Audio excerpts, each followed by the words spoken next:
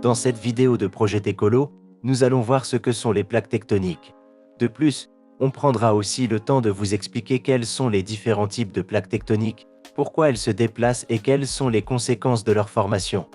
Bonne vidéo! Que sont les plaques tectoniques? En termes simples, nous pouvons définir les plaques tectoniques comme des fragments de la lithosphère, c'est-à-dire des fragments de la couche extérieure solide de la Terre, qui peuvent atteindre jusqu'à 100 km d'épaisseur. Les plaques tectoniques sont suspendues dans une couche visqueuse appelée asténosphère, une couche qui permet le mouvement latéral ou le déplacement des plaques. Les plaques sont considérées comme rigides, car lorsqu'elles se déplacent latéralement, elles interagissent les unes avec les autres sans se déformer, à l'exception de leurs bords, qui subissent des modifications considérables.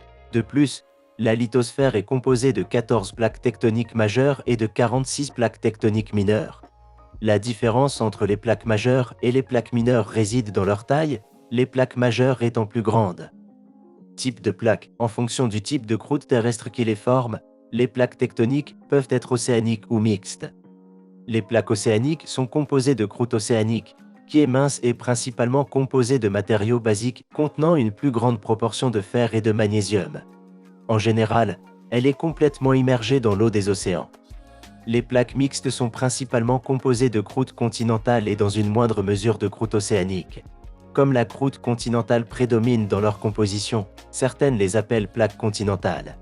La plupart des plaques tectoniques sont de ce type. De plus, les plaques tectoniques peuvent être classées en fonction du type de limite ou de bord qu'elles présentent: limite divergente, limite convergente et limite transformante. Avant de continuer, on va vous poser une petite question. Laquelle de ces propositions n'est pas une plaque tectonique? A. Plaque des Caraïbes. B. Plaque atlantique. C. Plaque de Scotia. Réfléchissez bien, car à la fin de la vidéo, on vous donnera la bonne réponse. Pourquoi les plaques tectoniques se déplacent-elles? La raison exacte du déplacement des plaques tectoniques n'est pas encore connue avec précision. Ce qui est certain, c'est que la tectonique des plaques est une théorie moderne apparue entre 1960 et 1970 et qui est encore en développement. Cependant, des facteurs contribuant au glissement des plaques ont été identifiés. L'un des facteurs clés du mouvement des plaques est lié à la température, plus précisément au gradient géothermique, car il crée des conditions favorables au mouvement. Une lithosphère très visqueuse capable de s'écouler sur une asténosphère moins visqueuse. De plus, le gradient géothermique à travers la planète est totalement hétérogène, ce qui a pour conséquence que la croûte est composée de matériaux de différentes densités. En effet, à partir des matériaux de différentes densités qui composent la croûte, les forces gravitationnelles agissent sur les plaques tectoniques pour générer leurs différents mouvements. Conséquence du mouvement des plaques: les mouvements des plaques ont de multiples effets, principalement à leurs limites et dans les zones proches de ces limites. Par exemple, les volcans proviennent du magma qui monte lors de la séparation causée par des plaques aux limites divergentes, ainsi que de la subduction de plaques aux limites convergentes. Une autre conséquence sont les séismes, les tremblements de terre, qui se produisent lors de la collision de plaques aux limites convergentes et également lorsque des plaques aux limites transformantes se forment.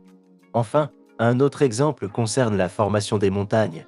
Lors du processus d'obduction des plaques aux limites convergentes, elles entrent en collision, ce qui entraîne des plis et des distorsions sur leurs bords. Les montagnes et les chaînes de montagnes se forment en résultat de ces plis et distorsions. Et en revenant à la question que nous vous avons posée plus tôt, avez-vous réfléchi? La réponse correcte est B. La plaque atlantique n'existe pas. Dites-nous, avez-vous maintenant une meilleure compréhension de ce que sont les plaques tectoniques? Merci pour tout et bonne journée les écolos.